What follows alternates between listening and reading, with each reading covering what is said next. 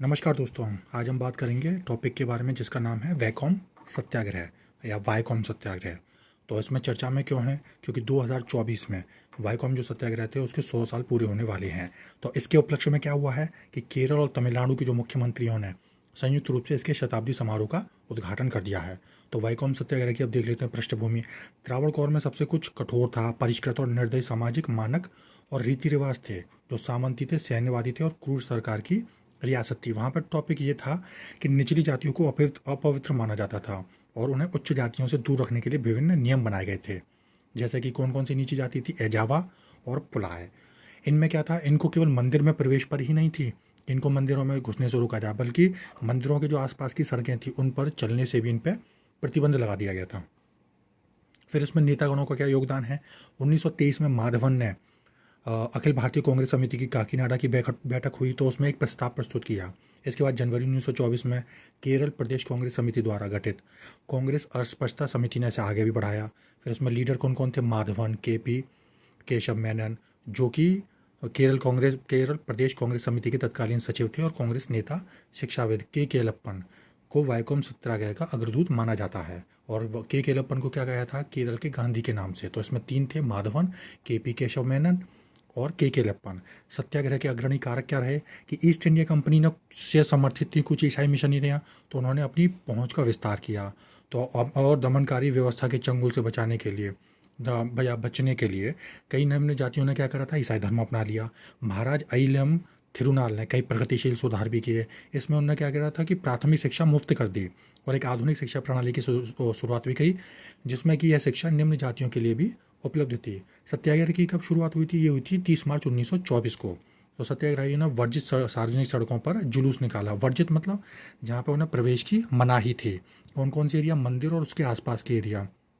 और जुलूस को उस जगह से 50 गज की दूरी पर ही रोक दिया गया जहाँ सड़कों पर जो है चलने के खिलाफ उत्पीड़ित समुदायों को चेतावनी देने वाला बोर्ड भी लगा दिया गया था। कहाँ पे? वैकोम महादेव मंदिर के आसपास। गोविंद पनिक्कर नायर थे ये, बहुलेयान एजवा थे और कुंजप्पू पुलैया थे। तो इन्होंने खादी वस्त्र और खादी की टोपी पहनकर जो आदेश थे उनका उल्लंघन किया।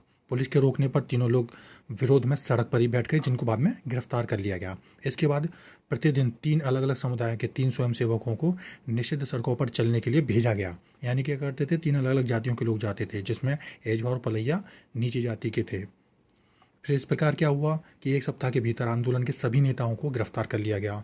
महिलाओं की भी इसमें भूमिका की थी। पेरियार की जो पत्नी थी नागम्मई और उनकी बहन कंडमल ने भी लड़ाई में अभूतपूर्व भूमिका निभाई। गांधी जी का फिर आगमन हुआ मार्च 1925 में। वाईकोम जाकर उन्होंने विभिन्न जाति समूह के साथ चर्चाएं की। फिर महारानी रीजेंट से उनके वर्कला शिविर में मुलाकात की। गांधी जी और डब्ल्यू एच पिट, जो कि डब्ल्यू एच पिट थे त्रावणकोर के उस समय के पुलिस कमिश्नर, के बीच परामर्श के बाद 30 नवंबर 1925 को वाईकोम सत्याग्रह को आधिकारिक तौर पर वापस ले लिया लोगों ने, और सभी कैदियों की रिहाई हो गई और सड़कों तक पहुंच प्रदान करने के लिए एक समझौता हो गया। फिर मंदिर प्रवेश उद्घोषणा हुई 1936 में। त्रावणकोर के जो महाराजा थे उनके द्वारा ऐतिहासिक मंदिर प्रवेश उद्घोषणा पर हस्ताक्षर किए गए, जिसने मंदिर में प्रवेश पर सदियों पुराने प्रतिबंधों को खत्म कर दिया। फिर इसका महत्व क्या था कि इसने देश भर में बढ़ती राष्ट्रवादी भावनाओं और आंदोलनों के बीच इसने सामाजिक सुधार के कार्यों को आगे बढ़ाया।